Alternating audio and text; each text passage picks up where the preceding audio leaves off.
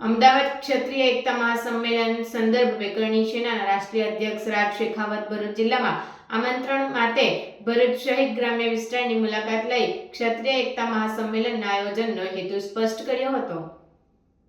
ક્ષત્રાણીઓની અસ્મિતા અને પાઘડીના સ્વાભિમાન સંદર્ભે એક પહેલના ભાગરૂપે બધા ક્ષત્રિયોએ એક મંચ પર લાવવાની નેમ સાથે અમદાવાદ ખાતે 22મી ડિસેમ્બરના રોજ ક્ષત્રિય એકતા મહાસંમેલનનું આયોજન કરવામાં આવ્યું છે, જે અંતર્ગત ભરૂચ સહિત ગ્રામ્ય વિસ્તારોમાં આમંત્રણ રૂટ યાત્રા સંદર્ભે કરણી સેનાના રાષ્ટ્રીય અધ્યક્ષ રાજ શેખાવત સહિત અન્ય અગ્રણીઓએ ભરૂચ ખાતે પત્રકાર પરિષદ યોજી હતી। ભરૂચના રાજપૂત છાત્રાલય ખાતે આયોજિત પત્રકાર પરિષદમાં તેઓએ જણાવ્યું હતું કે સરકાર દ્વારા ક્ષત્રિય સમાજની અસ્મિતા અને સ્વમાનને ઠેસ લગાવવામાં આવી રહી છે। આવા પ્રહારના ઉત્તરરૂપે અમદાવાદ ખાતે ક્ષત્રિય એકતા મહાસંમેલનનું આયોજન કરવામાં આવ્યું છે, જેમાં તમામ રાજકીય અગ્રણીઓને આમંત્રણ પાઠવવામાં આવ્યા છે, જે બાદ તમામ રાજ્યો ખાતે પણ આવા મહાસંમેલનના આયોજન આગામી દિવસોમાં કરવામાં આવશે। ભરૂચ જિલ્લા ક્ષત્રિય કરણી સેનાના અધ્યક્ષ ગામના મયુરસિંહ પરમાર સહિત અન્ય હોદ્દેદારો ઉપસ્થિત રહ્યા હતા। ઊંચા પદે બી છે, નીતિ બી તમારી સાથે રહેશે।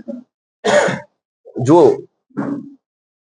જ્યાર સુધી વાત છે સામાજિક જે રાજનૈતિક જે અમારા ક્ષત્રિય આગેવાનો જ્યાર સુધી ભાજપામાં છે, કોંગ્રેસમાં છે, આપમાં છે,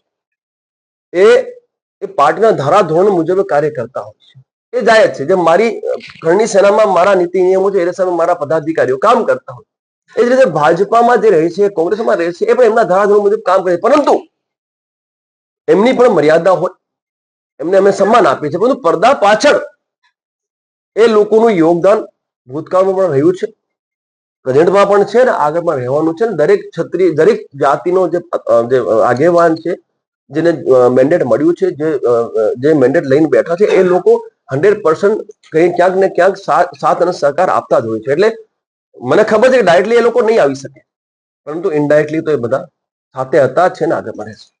વાઘેલા પણ રાજકીય પાર્ટીની શરૂઆત કરવા જઈ રહ્યા છે, તો શું કરણી સેના પણ કરણી સેના ચાલુ કરશે?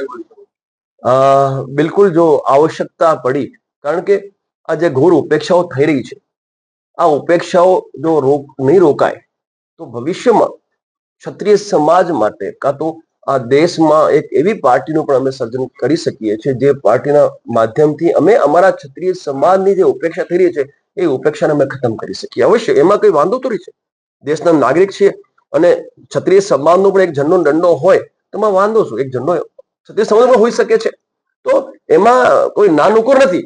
આવશ્યકતા પડશે તો ક્ષત્રિય સમાજને પ્લેટફોર્મ આપવા માટે, આ દેશના નાગરિકોને પ્લેટફોર્મ આપવા માટે અમે પાર્ટીની પણ સ્થાપના કરી શકીએ છીએ।